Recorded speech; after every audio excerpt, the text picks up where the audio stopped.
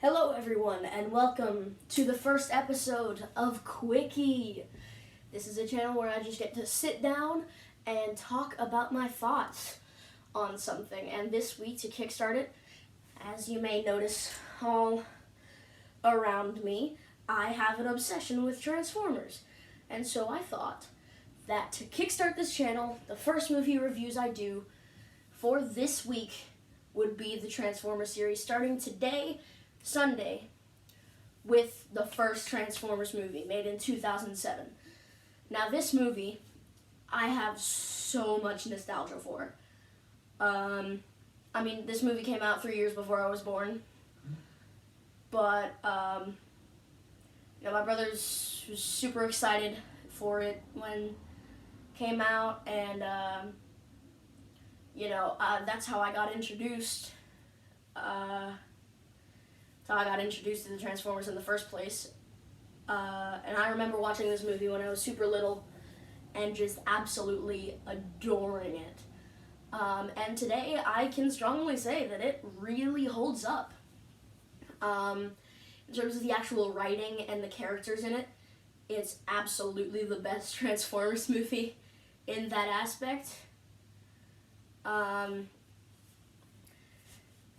It's not my favorite Transformers movie, though. There are a few that I do, in fact, like more, but it is not the worst. We'll get to that. Anyway, so the first Transformers movie has the main crew of the 5 Autobots. You got Optimal Price, you got Booba you got Black Guy, you got Dr. Man, and you got Funky Car. So you got Optimus Prime, Bumblebee, Ironhide, Ratchet, and Jazz. 4 of these guys have development. Jazz, You want a piece of me? You want a piece? No! I want 2! that happened to Jazz, so we didn't really get to know him very well. But Ratchet, he's the standard doctor guy, but he's also pretty funny, like in the scene where he runs into those electrical wires. I might insert that, I might not. Wow, that was tingly. Oh, gotta try that. Yeah, that looks fun. Ironhide, he's the weapons guy. He introduces himself to everyone by calling them punks. So, that's Ironhide for you. And then you got Bumblebee. Everyone loves Bumblebee. I love Bumblebee a little less than everyone else because, believe it or not, the movies weren't actually how I was introduced to Transformers. I had been introduced through the G1 series before this, because this was a little bit too mature for me when I was first introduced. And so, when I was first introduced to Bumblebee, he was this tiny little talkative guy, and now he can't speak. And, the reason that he can't speak and they give him these big old puppy dog eyes is to turn him into a dog. They turn him into an animal so people can relate to having one, to having a dog or a cat or whatever pet you have.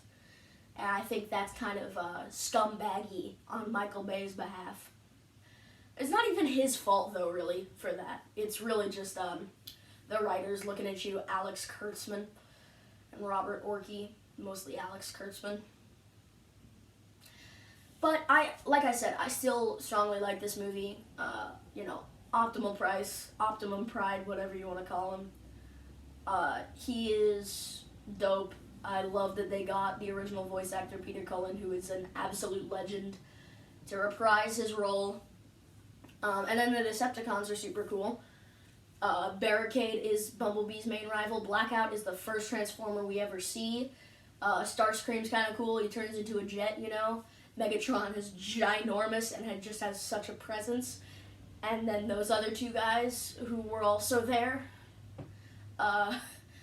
Bone Crusher, who got his head chopped off, and Brawl, who